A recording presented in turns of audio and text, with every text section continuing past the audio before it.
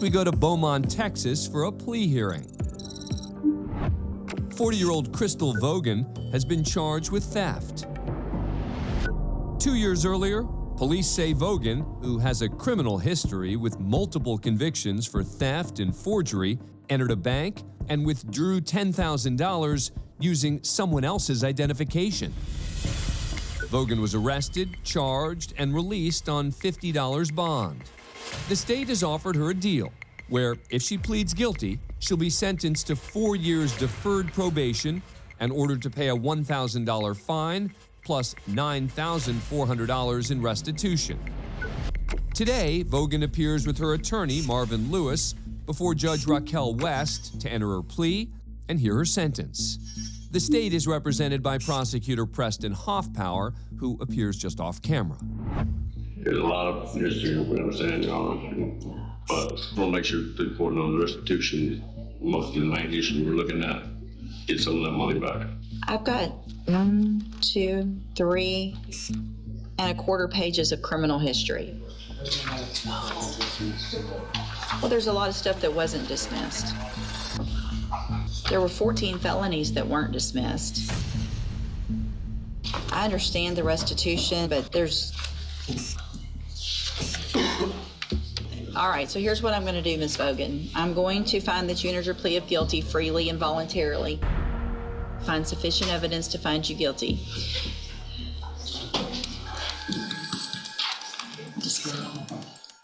The judge seems to be struggling over whether to approve the plea deal by offering the defendant deferred probation. I just don't know. I just can't believe I'm even considering doing this, honestly.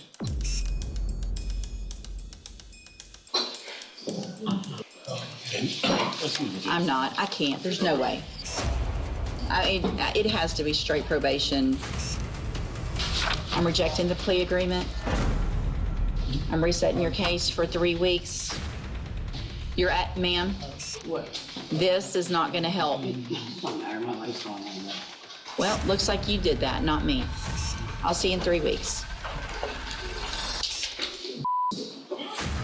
On her way out of the courtroom, Vogan makes a rude comment to her attorney. Come on, hold on, get her, don't let her go. Come back. Everybody heard it. I told my lawyer You don't talk like that to anybody in this case because he didn't do this either, you did. He did a great job. I'm gonna find at this time that your bond is not sufficient because of your attitude and because of your criminal, because of your, I gotta go to work. So I'm gonna lose my job and everything too? Well, maybe you shouldn't cuss at your lawyer. Maybe you shouldn't have this attitude here in the courtroom. I'm going to raise your bond. Don't cry now after saying it's bull to him and acting like this in here. Stop. No, you're gonna make it worse. All right, I'm going to set your bond at $25,000. Go back with the bailiff. The next day, Vogan pled guilty and was sentenced to 2 years in jail, plus, upon her release, 5 years probation. She was also ordered to pay $10,000 in restitution and $422 in court costs. Next, we go to Beaumont, Texas for a probation violation hearing. 43-year-old Anthony Mendoza has been convicted of driving while intoxicated. 6 years earlier, Mendoza pled guilty to his third DWI and was sentenced to 6 years probation with several conditions, including that he wear an ankle tether to monitor alcohol use, install an ignition interlock device on his vehicle, complete a 12-step program, and work towards earning his GED. But Mendoza violated his probation, not only by testing positive for alcohol and cocaine, but also by picking up an assault charge. He was arrested and today appears before Judge Raquel West to hear if his probation will be revoked. Mendoza is represented by attorney Alan Parker. Mr. Parker, you may proceed. Well, Couple things I want to address. He's ordered to have the scram and interlock. It's costing $600 a month. He can't afford to pay for the things he needs to do, such as the 12-step program, the GD program, all those things require money. He has no other felonies, Judge. He wants to complete his probation, and I think you'd also like to address the court, Judge. So here's the thing. This is the third time, it looks like to me, that you would have been given an opportunity to remain on probation. And then we have aggressive behavior, ongoing alcohol use. Mr. Nichols? The judge checks in with the prosecutor, Luke Nichols, who appears off camera. Judge, I think it's pretty clear. He was put on zero tolerance a couple of years ago, and here we are on the second time. Third. Multiple times. Yeah. And I don't know what else we can do. So obviously I agree with the probation department's recommendation for revocation. Mr. Mendoza, you have been given so many opportunities on this probation. I mean, seriously, 3 times haven't revoked you, and here we are with all of these violations. I've actually done well through the program, through with the supervised division. The only time I messed up is when they stopped supervising me and made me go do these things by myself. Well, I mean, how old are you? I'm 43. 43 years old. And I have no felonies on my record except for this. That doesn't mean anything. You have this felony and you have 6 years hanging over your head, and you've been given all the tools. At some point, you have to take those tools and do for yourself and not come in and say, well, they made me do it for myself, so it's somebody else's fault that I kept drinking. We gave you the tools. If I can We're done. At this, we're done. No, we're done. Then kiss my ass.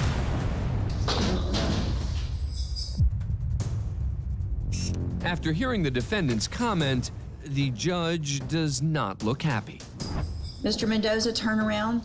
You can say whatever you want, but you're going to face me and you're going to get your sentence.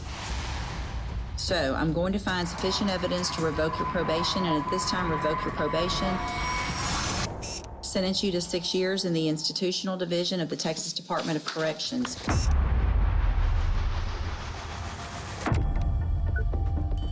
The judge sentenced Mendoza to 6 years in prison with credit for 292 days time served.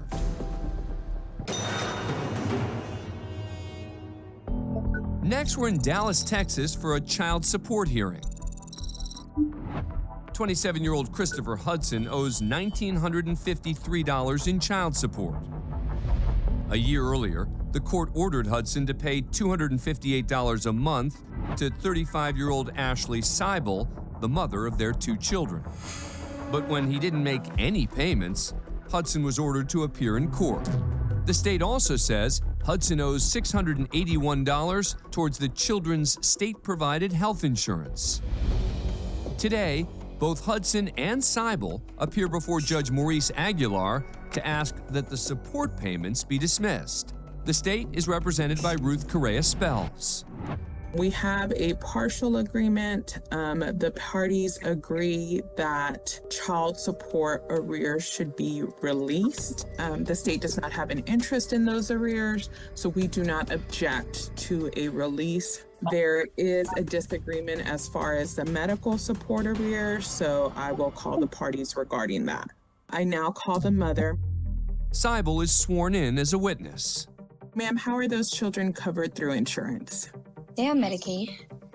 And ma'am, the state is wanting medical support arrears to be $681 because we do have an interest in those arrears, and we're asking that payment be set at $75. At this point, the state is only asking that Hudson pay $75 a month towards his children's health insurance. Correa-Spells then questions Hudson. Sir, are you in agreement that your child support arrears be zeroed out? I agree that I shouldn't be on child support at all. That's not the question, Mr. Hudson. Yeah, I don't even know this lady. Y'all just telling me to be answer this lady question. I don't even know who this is. You say I'm her witness. How am I her witness? I don't know her. You're a witness because you're a party in this case. You are a party. You're a parent here. Mr. Correa is an attorney that works for the Attorney General's office. The Attorney General's office filed this petition. Excuse me, I'm talking, sir. Excuse me, I'm talking. You want an explanation? I'll give you an explanation. You don't want to listen? That's your problem. The AG filed this petition. Ms. Correa represents the Attorney General's office. She's going to be asking you questions. She's going to give you an opportunity to explain your position. I would like to hear your position, and then I can decide your case and make a ruling. Do you understand that, Mr. Hudson? I don't understand what you're talking about because y'all not answering my questions. Do you understand what I just told you, Mr. Hudson? No, I don't, sir. That's how court works. When you're in court, I don't know if you've ever seen a law show. I get to defend myself. I'm going to have to mute you again. You're not listening. You have questions, but you don't like answers. If you've ever seen a court show, an attorney asks questions, and then someone gives answers. We don't just go through a whole long story of what it is you want to say. That's not how it works in court, okay? The judge unmutes Hudson, and Correa Spells resumes her questioning. Sir, are you in agreement that you owe $681.40 in medical support arrears? I guess. Objection non-responsive. Sustained. We need a yes or no answer, not a guess. Bro, what do you, I don't even know what y'all asking me. Y'all just want me to answer anything and just give you a yes or no to what I don't know what y'all asking me. That's why I should be able to ask questions. I don't know what you asking me. I don't know what a rear is. You want me to answer a question I don't know? Mr. Hudson, do you have mental issues where you don't understand things? Oh, I don't have mental issues, bro. It seems like a simple question. Do you agree you owe $681.40? You can say yes or no. I guess it's not a yes or no. Okay, no, I don't agree. Okay. Okay, thank you. Sir, this is your opportunity as a judge mentioned. You will have I don't know you. I don't have anybody here to judge me. You just telling me this and that. I don't know you. I pass this witness, Your Honor. All right, so I don't know what's going on with Mr. Hudson today. He's very angry today. No reason to be angry. This is pretty simple. Judge Aguilar seems ready to move on. All right, let me go ahead and make a ruling. I don't know why it's got to be so difficult. But, all right, so child support arrears are zero after the release. So there's no past due child support in its order. There's medical support arrears because the state of Texas has provided medical care for your child. So you owe $681.40 for that, and that needs to be paid at $75 a month until paid in full. While he's no longer on the hook for the almost $2,000 in missed child support payments, moving forward, Hudson was ordered to immediately begin paying $258 a month in child support payments. Next, we head to Houston, Texas for a probable cause hearing. 38-year-old Cody Fritter has been charged with harassment and, in a separate case, assault on a household member. 5 days earlier, police say Fritter got into a physical altercation with his live-in girlfriend after she failed to put away his socks. Investigators say they also discovered several harassing voicemails and text messages sent from Fritter to the alleged victim. Fritter was arrested and released on $50,000 bond with several conditions, including that he have no contact with the alleged victim and that he abstain from drugs and alcohol. Today, he appears before Judge David Fleischer to discuss next steps in the harassment case. Fritter is represented by attorney Abel Izagira. Mr. Fritter, you're facing up to 6 months in jail and or a $2,000 fine. We're going to do probable cause. Judge Fleischer asks the prosecutor to review the charges. In the voicemails, the defendant curses at her, asking, "Where are you? Why the are you at work?" and calling her various names. Additionally, the complainant showed the officer text messages of the defendant telling the complaining witness, "Kill yourself and I want to watch you suffocate, and your family hates you." The complaining witness indicated that the continual harassment is making her fear him even more. I see that he has also picked up a felony assault against this complaining witness as well. Yes, sir. Okay, what happened in that one? The complaining witness advised that the defendant came home upset about socks not being in the closet. The defendant punched the complaining witness with a closed fist on her foot twice, on her right thigh, and twice on her left thigh, causing pain. The complaining witness advised that the defendant grabbed her by the arm and forcefully shoved her out of the house, throwing her on the porch. The officers observed purple and green bruises on her arm, foot, and her legs. You know, Mr. Fritter, let me tell you something now. You scare me. And you scare me something good. Look at me! Can you imagine what life is like when someone has to walk on eggshells because they have the fear that if they make someone mad in the smallest respect of having socks not in the damn drawer, they're liable to get a beating? Can you imagine what life is like to live with that kind of fear? You're gonna live it with me now. Because one false move, I'm gonna make your bond so high your head will spontaneously combust. Do you understand? Yes. I'm entering what's called a magistrate's order for emergency protection. This is a court order that identifies her as a protected individual. You're not to have any kind of communication whatsoever. You will not have any threatening or harassing contact. What is threatening or harassing doesn't matter what you think is threatening or harassing. It's what she perceives. So if I go like this, is that threatening or harassing? It most certainly is. Mr. Fritter, I will do everything in my power to protect every single person of this county. And I don't care if you're kicking, screaming, crying, because you go to jail and don't have anyone to bond you out. And with that, Judge Fleischer released Fritter with the same bond conditions: no contact with the alleged victim and no use of drugs or alcohol. Mr. Fritter, if you fail to live up to these bond conditions, I'm just gonna let you out. That's it. And if I get one, and I mean one breath that she's been mistreated in any way, shape, or fashion, holy freaking moly. A month later, Fritter pled guilty to assault on a household member, and the harassment case was dismissed. He was given deferred adjudication, which means if he completes 2 years of probation without any violations, the assault case will also be dismissed.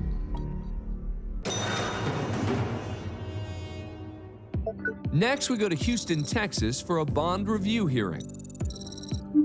19-year-old Jacqueline Capetillo Guerrero has been charged with theft. 2 months earlier, police say Capetillo Guerrero stole several health and beauty items from a big box store, including skincare products, a makeup brush, and nail polish. She was arrested, charged, and released on a $100 bond with a number of conditions, including staying away from the store and abstaining from drugs and alcohol. Today, she appears before Judge David Fleischer to discuss next steps in the case. She's represented by attorney Michael Slider. What are you doing with your life, ma'am? What am I doing with my life? Are you working, going to school? I'm not working no more right now. I just recently left my job 2 weeks ago. Why? I told you to get a job, not lose a job. I left it because it's a 40-minute drive away. I don't have transportation right now. So what have you been doing in the last 2 weeks? Well, I've been looking for a different job nearby, and I got an interview coming up on the 8th. I'm sending you for a drug and alcohol test now. What are you going to test positive for? For THC. Not going to go well for you, Ms. Castillo. I should be from the first time that we got arrested. Because I think she's saying it may be something still in her system from when she was here. You mean from August? That's what, 60 days? Really? Really? Yes, sir. I'm sending you for a drug and alcohol test right now, Ms. Capetillo. What I seem to think is happening is that you're not doing anything but smoking weed and doing nothing. It's not right. And that's not gonna happen. Really? We'll see. Later that morning, the drug test results are in, and and the case is recalled. What happened? Positive. For what? THC. Judge Fleischer does not look happy.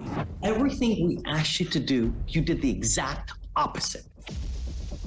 Sir, I was working on it. I just need you to help me with this. I'm just asking you for like 1 more week and I'll get it together. I haven't been smoking. I'm sorry. It's literally, it's one thing after the other. Hear me out, sir. Judge, can I speak to you?